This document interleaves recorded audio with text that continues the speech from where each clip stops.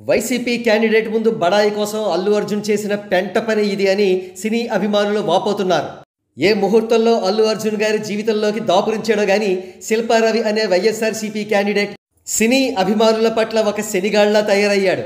ఇక వివరాల్లోకి వెళ్తే అల్లు అర్జున్ గారు బడాయి కోసం, కేవలం బడాయి కోసం ఈ శిల్పారవిని వెంటబెట్టుకుని పుష్ప 2 ప్రీమియర్ షోకి సంధ్యా థియేటర్కి వెళ్లారు.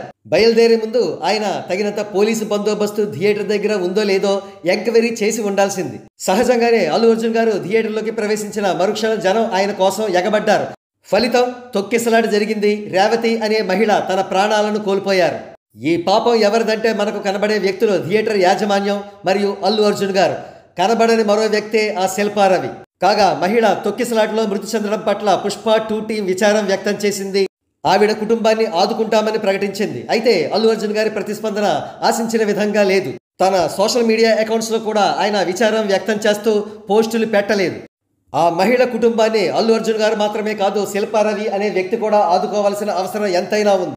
ఏదేమైనా ఇప్పటికైనా అల్లు అర్జున్ గారు ఆ శిల్పారవి అనే వ్యక్తి వల్ల తనకు ఎంత డ్యామేజ్ జరుగుతోందో గ్రహించాలి. కనీసం కోట్లాది మెగాభిమానుల ప్రసన్నత కోసమైనా అతడిని పూర్తిగా అవాయిడ్ చేయాలి.